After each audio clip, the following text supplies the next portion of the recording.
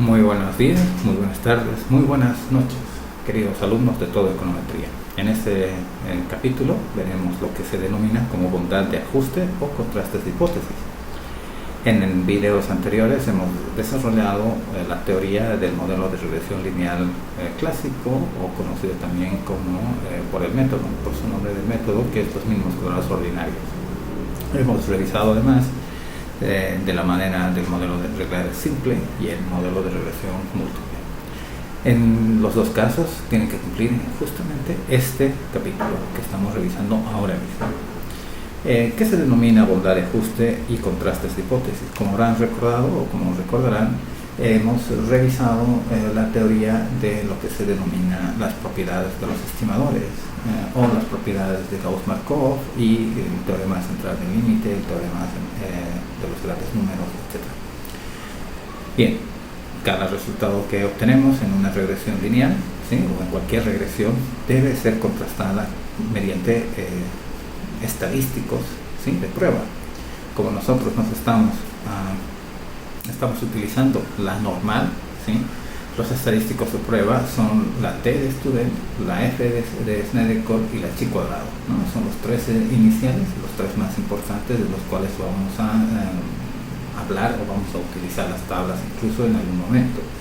Por otro lado está la comprobación de hipótesis estructurales, hipótesis de problemas del modelo, y ya iremos más adelante viéndolo. En este momento vamos a poder contrastar o poder desarrollar lo que se denomina el coeficiente de determinación, o el R cuadrado, y su modificación, que sería el R cuadrado ajustado, ya que el R cuadrado por sí solo es una medida un poco ambigua, ¿no? Bueno, ambigua no, sino que tiene algunos sesgos.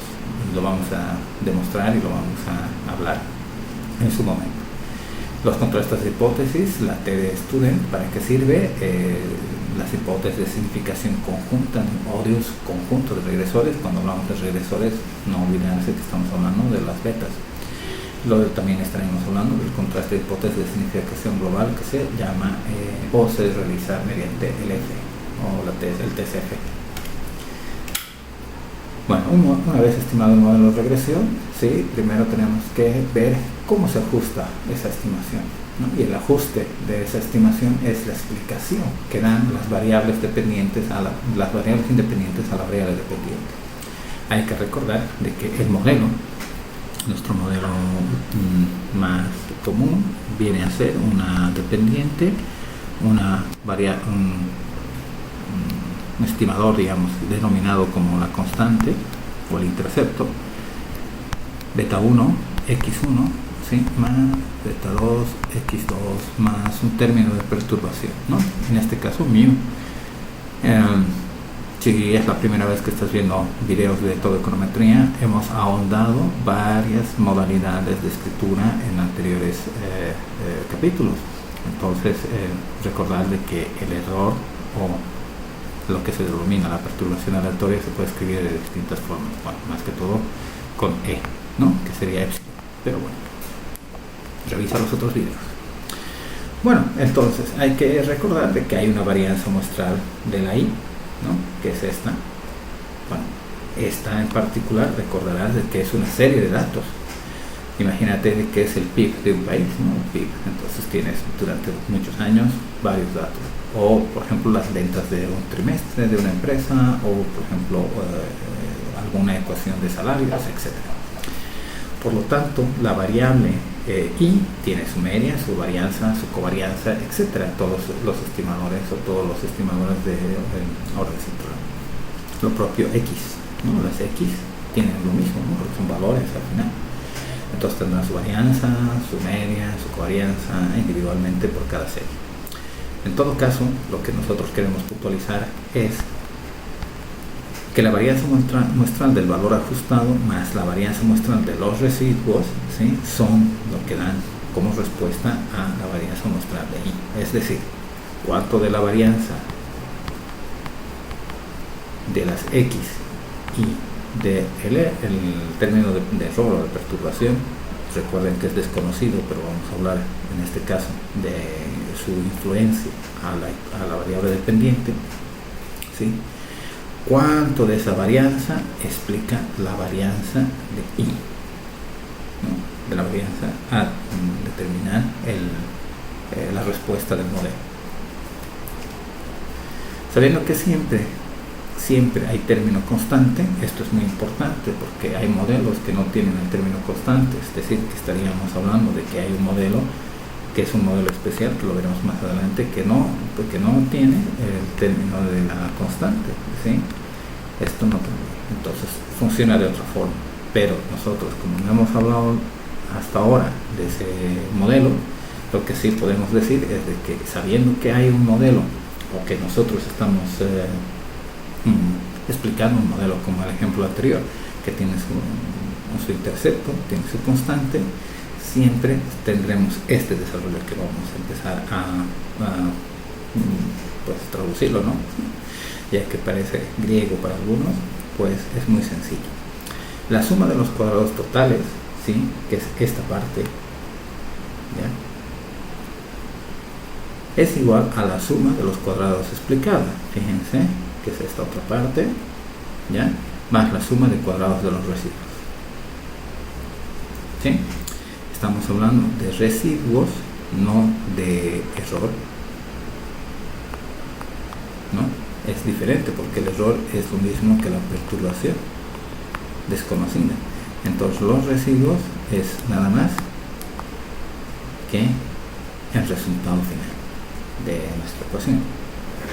Si dudas todavía un poco qué son los residuos, te recomiendo que revises el capítulo 2 en los videos que he colgado en el campus virtual. Bueno, si todo esto dividimos por la suma total, ¿no?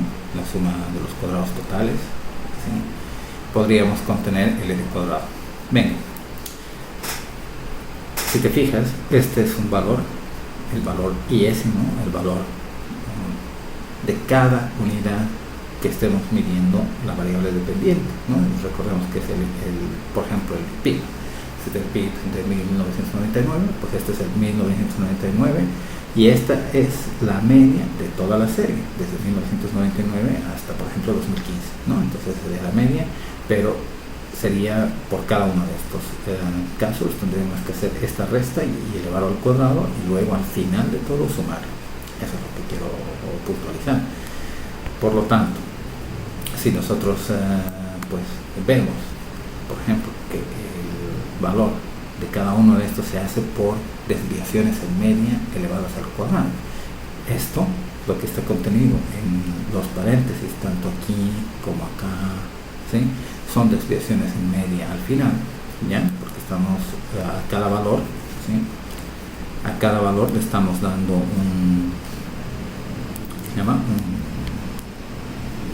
a cada valor estamos ponderando, si quieren llamar, o ajustando mejor el valor total. Vale.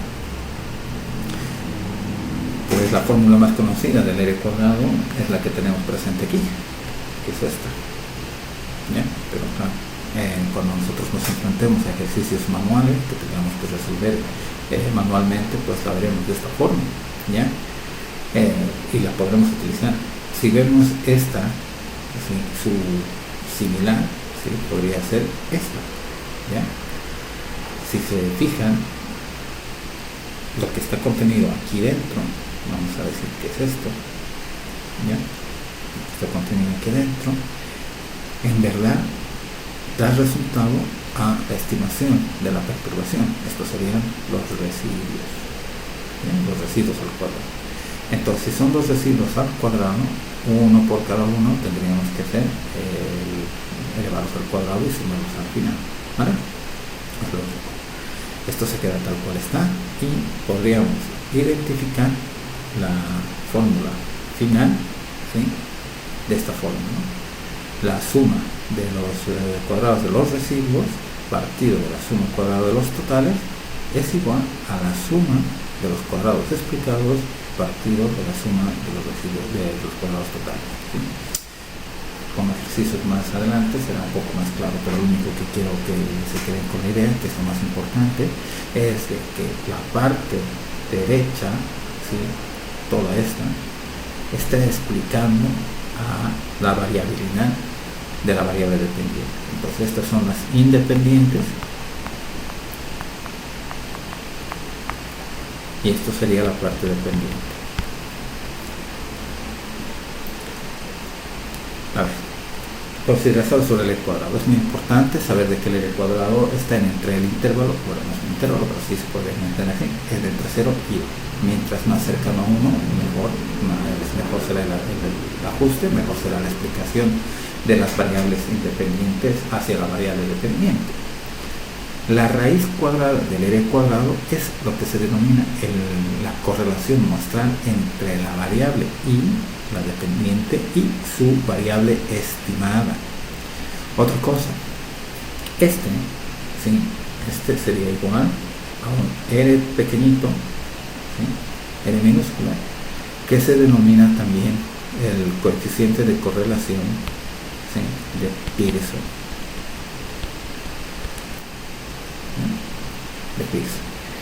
Cuando hablemos de coeficiente de correlación, la palabra clave es coeficiente, ¿no? Y su, vamos a decir de que este es su,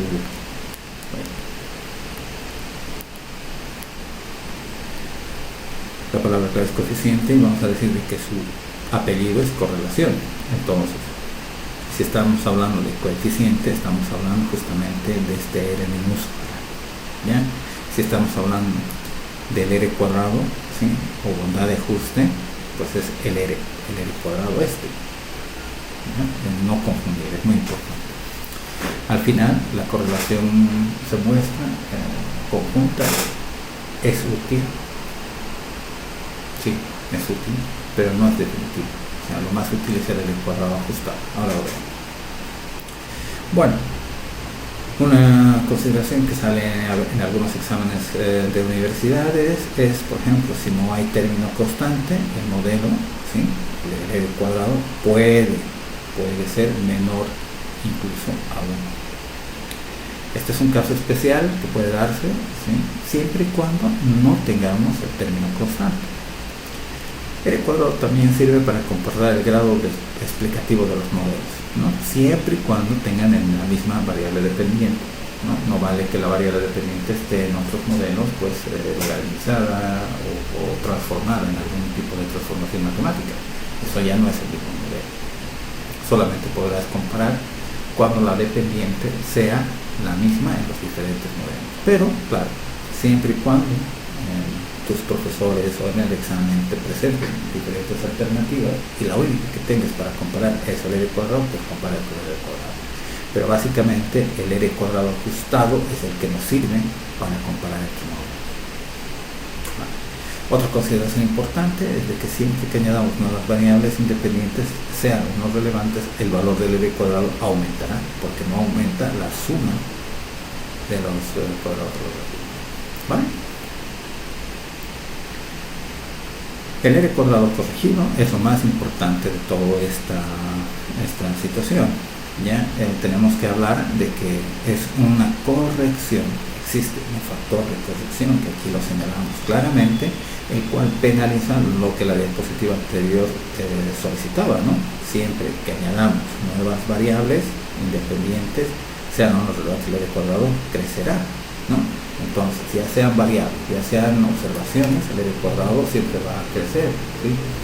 Y ese es el problema que tiene el R cuadrado. Por eso decía en un principio de esta sesión, es de que el R cuadrado pues presenta algún tipo de sesgo, pero no es el sesgo que estamos pensando en estadística de los estimadores, sino es un sesgo en el sentido abstracto de la cantidad de información.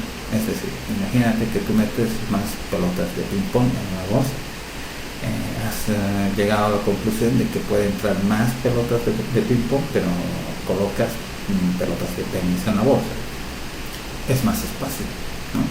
Entonces es más espacio ocupado, pesa más, ¿sí? Y no significa que sea mejor, ¿vale?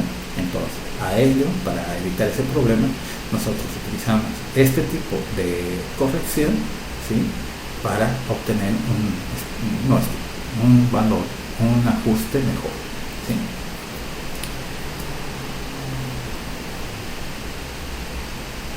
Bueno, contrastes de hipótesis. Contrastar hipótesis sobre los estimadores, sobre las betas, es muy importante en los modelos de regresión, en todos, no solamente en el que estamos viendo, que es el básico. Los betas son características desconocidas de la población y no los conocemos con certeza. Es más, no los conocemos porque por eso tenemos que hallar esos componentes. Son estimadores, son igual, son números que concentran información como la media, como la varianza, que también son estimadores.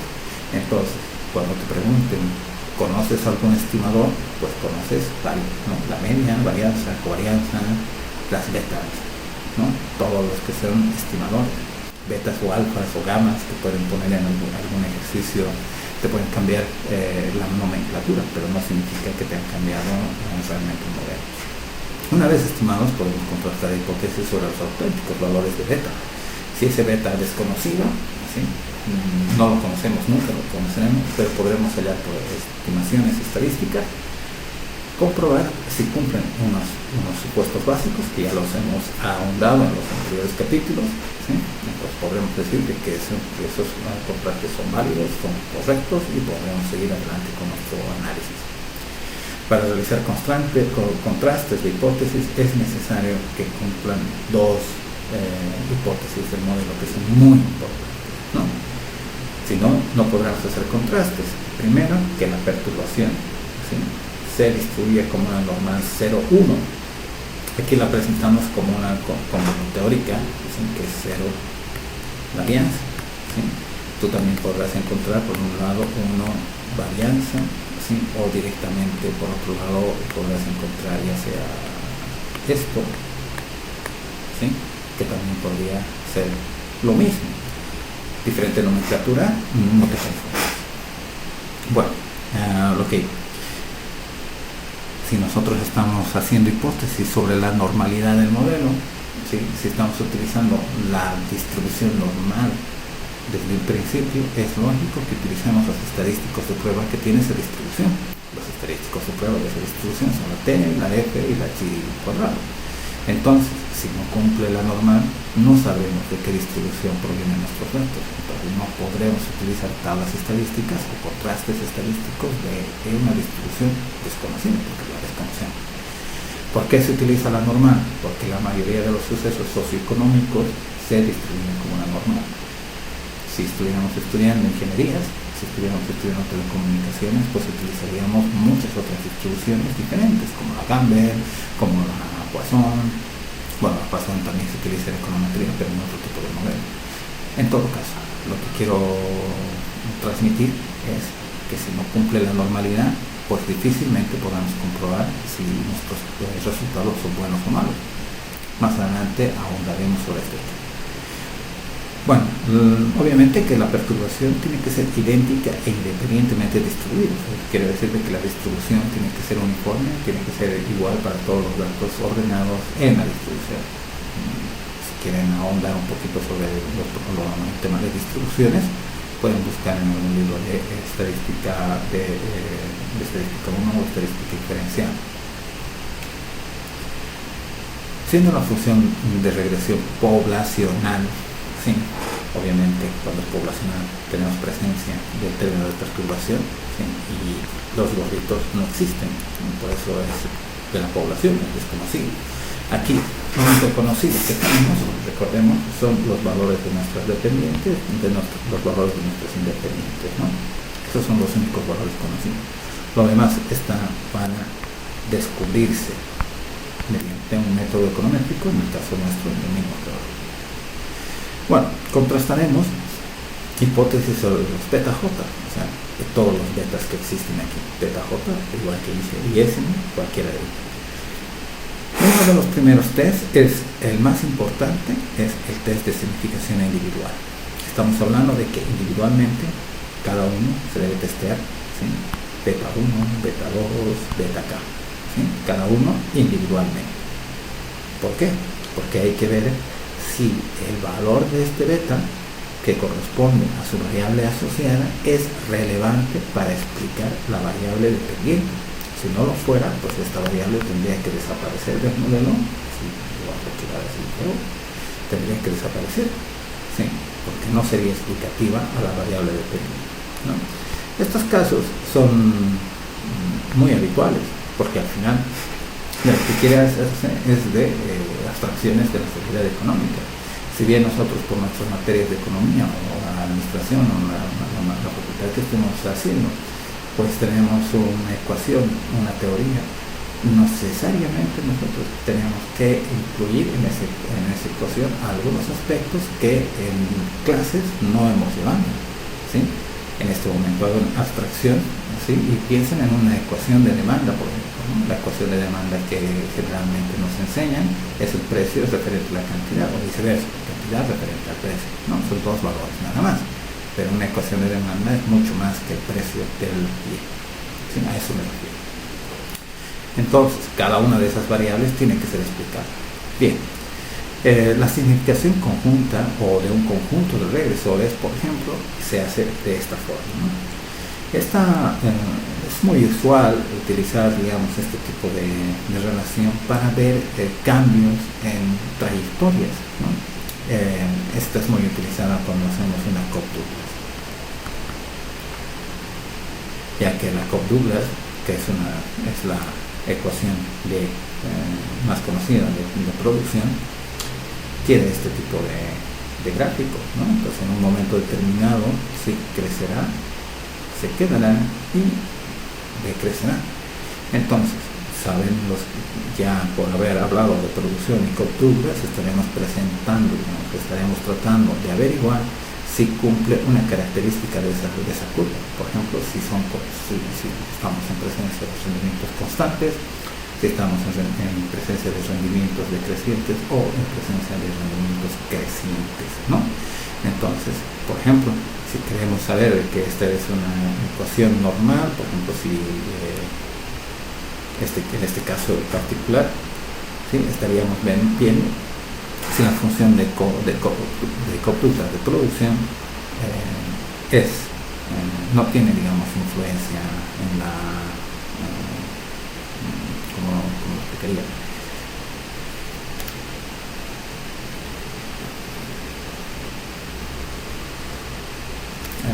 estaríamos hablando de una situación donde queremos comprobar si nuestra ecuación de producción presenta rendimientos globales. La significación global de todos los parámetros se hace de esta forma. A ver, si ustedes han estado atentos, ¿sí?, a esta diapositiva, en ningún caso no cuenta esto, ¿sí? En ningún caso hemos hablado de comprobar la significación individual de la constante. Si en este momento tú has pensado, digamos, o no tienes respuesta a ello, te recomiendo que veas los capítulos anteriores de estos videos.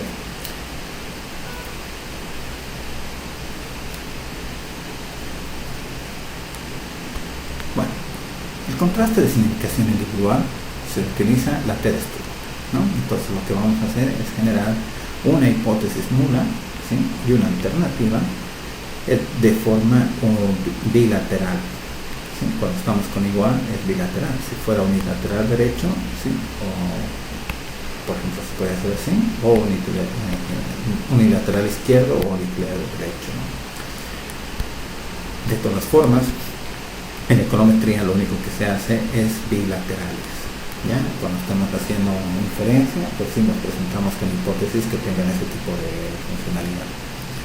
Bueno, ya sabemos de que cualquier beta tiene que valer algo, o tenemos que contrastarlo a algo. Generalmente es igual a 0, ¿sí? ¿Por qué? Porque I igual a beta 0, más beta 1, x1, vamos a hacerlo mejor.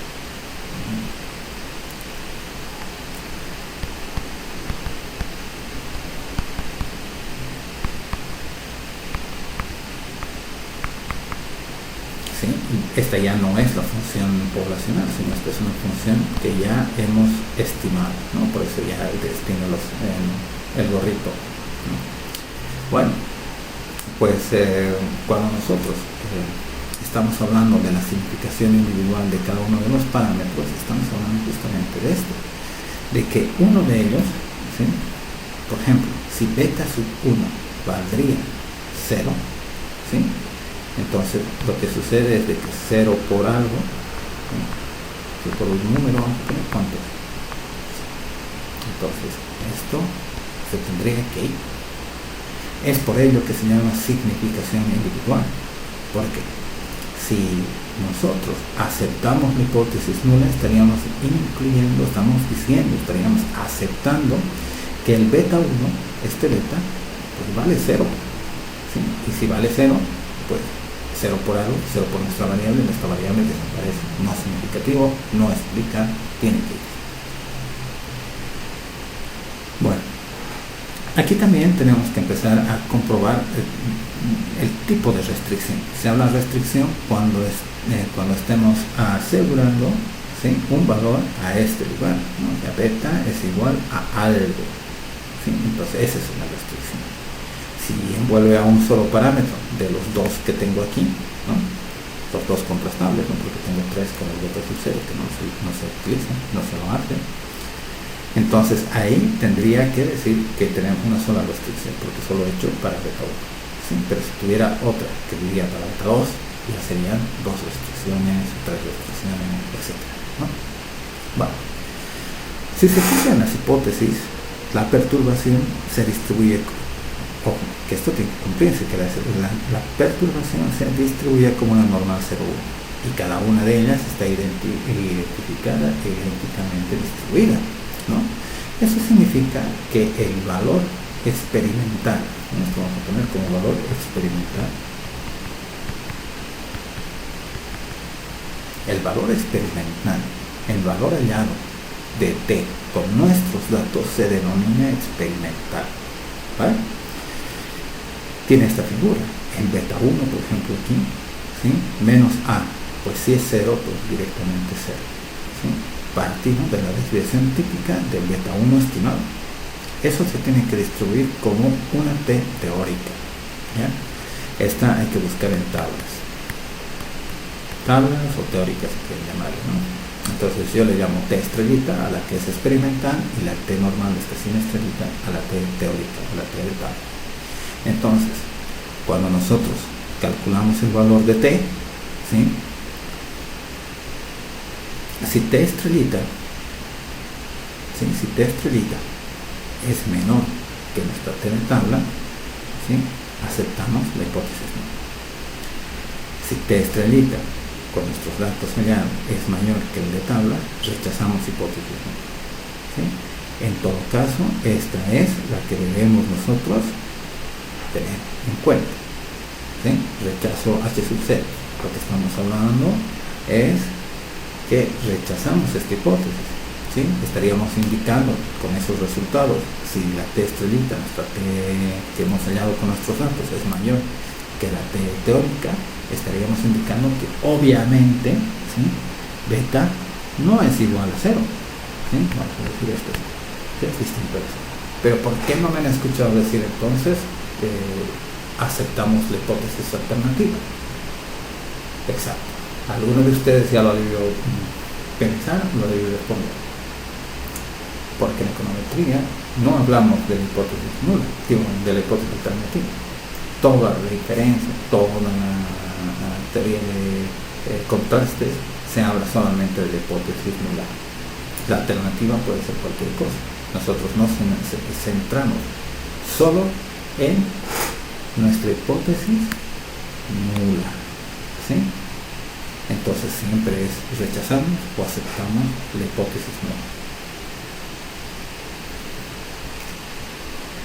El valor de t, ¿sí?, de nuestra t estrellita, dependerá de los grados de libertad y del nivel de significación, ¿sí?, significatividad determinado previamente, ¿sí? Este valor alfa, ¿sí?, es el valor que nosotros de inicio de nuestra investigación en un examen nos colocan o nos dicen que hay que hacer el test de significación o los test a un nivel de confianza del 99%, del 95% o del 90%, ¿sí? Recordar, esto son de diferentes formas, podríamos hablar del 1%, del 5% y del 10%. Como lo quieras ver, no importa. El hecho es de que nosotros tenemos estos tres niveles, ¿sí?, de significación habitual. Y el más habitual, obviamente, es al 5%. Eso no quiere decir de que en un modelo de regresión, en una salida de ordenador, nosotros podamos evaluar individualmente a los tres niveles de significación habituales. Puede ser que un valor haya salido significativo al 1%, el otro haya salido significativo al 5% y el otro al 10%. Si lo hacemos correctamente de esa forma, nunca te pondrá un suspenso, nunca te pondrá una mala nota, porque sabrás directamente que sabes de lo que se refiere. Generalmente contrastamos, como ya he dicho, la hipótesis nula de esta forma con un 0 por el lado derecho, ¿sí?, como restricción. Solo en casos de, por ejemplo, casos como el que había explicado hace un momento de la Cobb-Douglas, podríamos decir que la restricción vale 1, 2, 3, lo que sea, pero depende mucho de qué estemos evaluando. En general, siempre será 0. Estableceremos un alfa inicial, ¿no?, inicial de 95% o del 5%. Si n los grados de libertad son suficientemente grandes, estamos hablando de una muestra mayores a 30, ¿sí?, mayor o igual a 30, ¿sí?, nuestra t podemos dejar como una regla que se llama TUM, ¿sí?, que como 1,96 es casi 2, ¿no? Entonces la regla tonta, la regla TUM, nosotros diremos que t estadístico, t teórico es similar a 2. Eso es importante. Entonces muchas veces ya no tienes que ver la tabla de la t, ¿sí?, directamente, solamente el resto. Bueno, ya si están interesados en las distribuciones, siempre vamos a poder ver que el valor de t, tanto el experimental como el teórico, se tiene que verlo como valor absoluto. Es decir, no importa que te salga un t3, o sea, menos 3, o un t0,4, da igual, ¿sí? Este será significativo porque es mayor a 3, mayor a 2 por el valor absoluto, y este no será significativo porque es menor a 2, ¿sí?, al 2 que acabo de decir. Dicho esto, el valor que estamos tratando de encontrar, la región de aceptación de la hipótesis nula es aquí, y la región de rechazo obviamente son las colas, ¿no? Entonces podrás ver de que en algún lado nosotros en econometría usamos solamente una cola de la distribución. Entonces, para usar una sola cola de la distribución usamos el dato completo, pero cuando usamos las dos colas de la distribución tendríamos nosotros que utilizar el 0,0025, ¿no? O sea, el 0,95, justo esto, ¿sí? Si t estrellita, si nuestra t experimental es menor a 2, entonces vamos a aceptar la hipótesis nula. En muchos casos decimos no rechazo la H sub 0, ¿sí? Son formas, depende del profesor y de la escuela que venga, que te dirá que te expreses de esa forma: no rechazo la hipótesis nula, o no acepto, o acepto la hipótesis nula, ¿no? Esas son formalidades, lo importante es que no te equivoques. La variable x no será estadísticamente significativa a ese valor que hemos prefijado, que era el 5%, entonces por lo tanto x no influye en la variable dependiente, no hay relación. Pero si en cambio el t estadístico, el t estadístico experimental con nuestros datos es mayor al 2, podemos rechazar la hipótesis nula, ¿no?, lo que significa que beta no es 0. Por lo tanto, la variable es estadísticamente significativa a ese nivel de confianza que hemos prefijado. Entonces, x influye en la y. El p-valor. El p-valor en los contrastes son aquellos valores que salen en las salidas de regresiones de los ordenadores, ya que manualmente es un problema gordo, es resolver. En algún video más adelante podré hacer la demostración. Sin embargo, no es un planteamiento de las clases de econometría que ustedes sepan a calcular manualmente la probabilidad de este suceso. Por eso se lo dejamos al ordenador. Pero quiero puntualizar que tanto con el valor del estadístico t como el valor de la probabilidad se puede resolver de la misma forma, ¿no? Si el p-valor es menor al alfa prefijado, entonces rechazaremos la hipótesis nula, y si el p-valor es mayor que el alfa prefijado, aceptaremos la hipótesis lo propio, ¿no? Estas son las distribuciones de esa probabilidad del estadístico t, y lo propio no hay donde perderse. Bueno, los contrastes de significación individual con los intervalos de confianza. Esto es importante porque hay que recordar que como desconocemos los valores estadísticos verdaderos de beta poblacional y hallamos unos betas muestrales, vamos a llamarlos, ¿no? Porque es con nuestra muestra, nosotros tenemos que saber cuánto nos hemos alejado o cuán cercanos estamos de ese valor, ¿no? Entonces lo que vamos a calcular son los límites inferiores y el límite superior de ese beta desconocido, ¿no? Este es el poblacional, ¿ya? Por lo tanto, utilizamos nuestro ya conocida T, ¿sí? Porque esta es hasta aquí, lo único que le falta es estrellita igual, ¿no? Para determinar el intervalo de confianza. El intervalo de confianza es este, ¿sí? Es beta, es el valor hallado. Este es el valor de tablas de la T. Aquí sí es mejor que veas las tablas. Si no tienes acceso a las tablas, pues pones el 2, pero es muy sencillo, digamos, ver las tablas, ¿no? En un examen te las dan, que no tú tienes acceso por internet, o puedes acceso al final en los anexos de cualquier libro de estadística, entonces no es difícil encontrar. Para ser más preciso, la econometría es precisión más que otra cosa, entonces es muy recomendable que utilices el valor de tablas, no solamente el 2. Y esta parte, esta de aquí, es la desviación típica del beta que estemos analizando. Entonces, la amplitud del intervalo de confianza dependerá siempre de la desviación típica.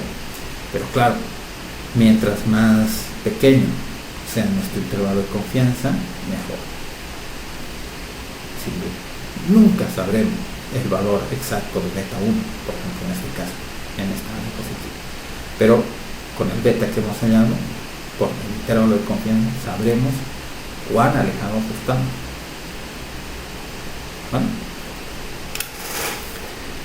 Contrastes de significación conjunta, lo que había hablado con un conjunto de regresores, puede ser 2, 3, más de uno, obviamente, ¿no? El ejemplo, la función de profesor Courtois, que presenta rendimientos constantes, lo que habíamos hablado en un principio hace una diapositiva, ¿no? Si habíamos dicho, sí, la función de producción no presentaba pues ningún tipo de rendimientos, era normal, ¿no? Entonces obviamente pues se vuelve más de un parámetro. Estamos hablando de que es esto así, ¿ya? Tenemos una sola restricción, que es m igual a 1. Esto más adelante tendrá más sentido sobre esta frase, ¿sí? Lo demás lo dejo, o sea, esto para más adelante tendrá más sentido. Lo demás tienes que aprender. Para hacer estos contrastes se puede utilizar una modificación del estadístico T, que es este, ¿ya? Si te fijas, está el valor del beta, ¿no? Del beta 1, está el valor del beta 2, ¿sí? Y está la restricción, ¿sí? ¿Por qué menos? Hombre, despabila si no te has dado cuenta. Beta 1, ¿sí? Más beta 2, ¿sí? El 1 pasa al otro lado coseno negativo y igual a coseno. Las desviaciones típicas no se multiplican, pues es 1, ¿sí? Entonces es beta 1 más beta 2 sus desviaciones típicas, ¿no? Entonces esta división debe distribuirse como la T de tablas, ¿sí? Hay que comparar y se hace lo mismo que en el anterior caso, ¿no? Si la T experimental es mayor que la T teórica, pues rechazar hipótesis nula, y todo lo que tenemos diciendo que no presenta este tipo de rendimiento, ¿no? Entonces esta es nuestra ecuación a recordar, pero algo interesante. ¿Qué pasa si hacemos una de este tipo de restricciones? Lo mismo, nosotros tendremos que armar h sub 0, ¿sí? Beta 1, pasamos menos beta 2 igual a 0. ¿Lo ves? Entonces ahí ya construyo mi estadístico usando una de estas tres. Vamos a ver. La más utilizada es esta. ¿Bien?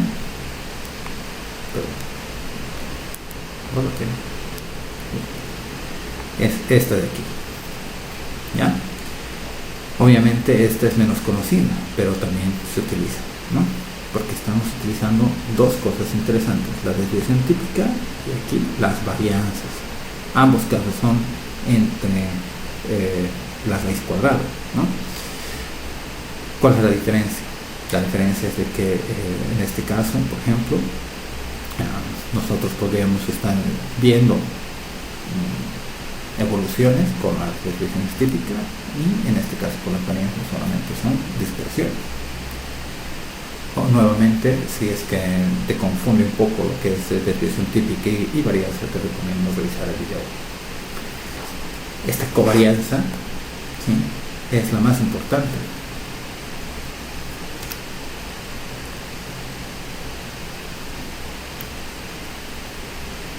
Siempre que tengas la covarianza de algo, siempre te darán de estos dos valores. Entonces, si tienes la covarianza calculada, podrás utilizar esta forma o esta de aquí abajo, ¿no? Pero tienen que darte, es un valor que tienen que darte. O en su defecto tienes que calcularlo. Si has calculado la matriz de varianzas y covarianzas de un modelo, pues tendrás esto tú, porque lo has calculado. Pero si no te han dado los recursos, no te han dado la información para calcular manualmente, digamos, todo el modelo y la matriz de varianzas y covarianzas, pues tendría que darte el valor para que puedas utilizar en este caso. Lo demás seguramente que te que calcular, pero esto no. El contraste de significación global comprende en ajustes de significación de todos los parámetros respecto a la variable dependiente. Ahora, he aquí el problema, digamos, de tener un poco de comprensión abstracta. El modelo o el test F, mejor dicho, el test F, el que se refiere para hacer el contraste de significación, hace una comparación de dos regresiones. Una regresión, ¿no? Una regresión, vamos a decirla, vamos a llamarla original, ¿sí?, y lo que denominamos una regresión alternativa. Más adelante te darás cuenta de que muchas veces lo que utilizamos son regresiones alternativas para comparar sucesos en nuestras regresiones, pero no las denominamos como alternativas, sino regresiones restringidas. ¿Ya?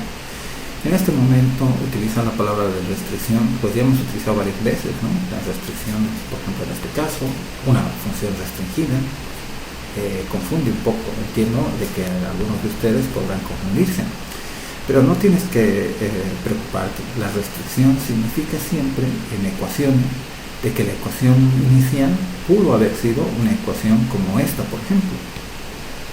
¿Ya? Esta es la ecuación inicial o la original.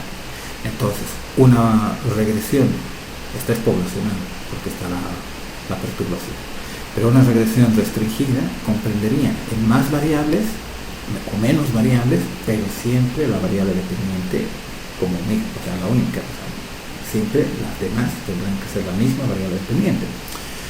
Lo demás, a la derecha del signo de igual, pues podrá cambiar. Serán más observaciones, serán más variables, menos variables, no importa. Todas aquellas que son después de la original se llaman regresiones restringidas.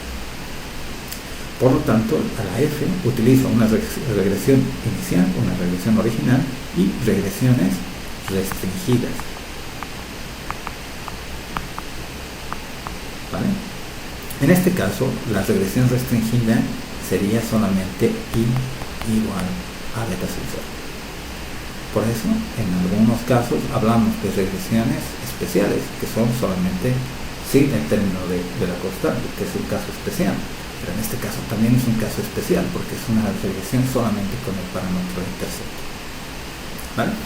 Entonces, por ello, si ustedes se fijan, podemos tener dos hipótesis distintas, ¿no? Distintas de las como las hemos armado hasta el momento. Fíjate, beta 1 es igual a beta 2, es igual a beta 3, es igual a beta K. Todo ello estaríamos diciendo que en algún caso una de ellas es distinta de cero, por lo menos eso estamos tratando de derivar con el contraste F. La hipótesis alternativa es de que cualquiera de esas betas es distinta de cero, lo dicho, ¿no? Entonces, todos los parámetros excepto el término de constante tienen que ser evaluados en esta F. Si os fijáis, he puesto vamos a llamar la ecuación, que es lo que es iniciante a las ecuaciones de Wolf para restricciones lineales, ¿no? Test de restricciones lineales de Wolf. Lo veremos más adelante, pero básicamente lo he traducido aquí a lo mismo para que sea acorde a la diapositiva que tengo. A es R, B son las betas y R es A, la A minúscula, ¿vale? Entonces, nosotros tenemos K restricciones, M igual a K. Entonces, dependiendo de cuántos tenemos solamente una, ¿sí? En la ecuación de aquí. En la de acá, ¿sí? Tenemos igual a 1. Entonces diríamos cuáles, ¿sí? Esto haremos un ejercicio cuando veamos restricciones lineales, específicamente para dilucidar cómo se determina por el contraste de Wald la significación global. Básicamente es eso. Bueno, entonces, ¿cómo hacemos este contraste? Al final, el contraste de un tipo Wald, ¿ya? Puede usarse, obviamente, pero ustedes estarán acostumbrados en clases seguramente a usar esta ecuación, esta forma, ¿sí? Si se fijan, son el sumatorio de los residuos al cuadrado, ¿sí? Del modelo restringido, ¿sí? Menos el sumatorio de los residuos al cuadrado del modelo sin restringir, por eso no se pone nada, ¿no? Partido de lo mismo, del sumatorio de los residuos al cuadrado del modelo sin restringir, ¿no? Entonces se hace el factor de corrección, ¿no? Lo que sería esto, ¿sí? Y ese valor tiene que distribuirse como una F de Snedeker. Fisher-Snedeker, por si acaso, para algunos de ustedes que pues está dudando si era de Fisher o era de Snedeker, pues son ambos escritores los que hacen este test. Entonces generalmente la llamamos la F de Fisher o la F de Snedeker, ¿no? Pero esa es real, la F de Fisher y Snedeker.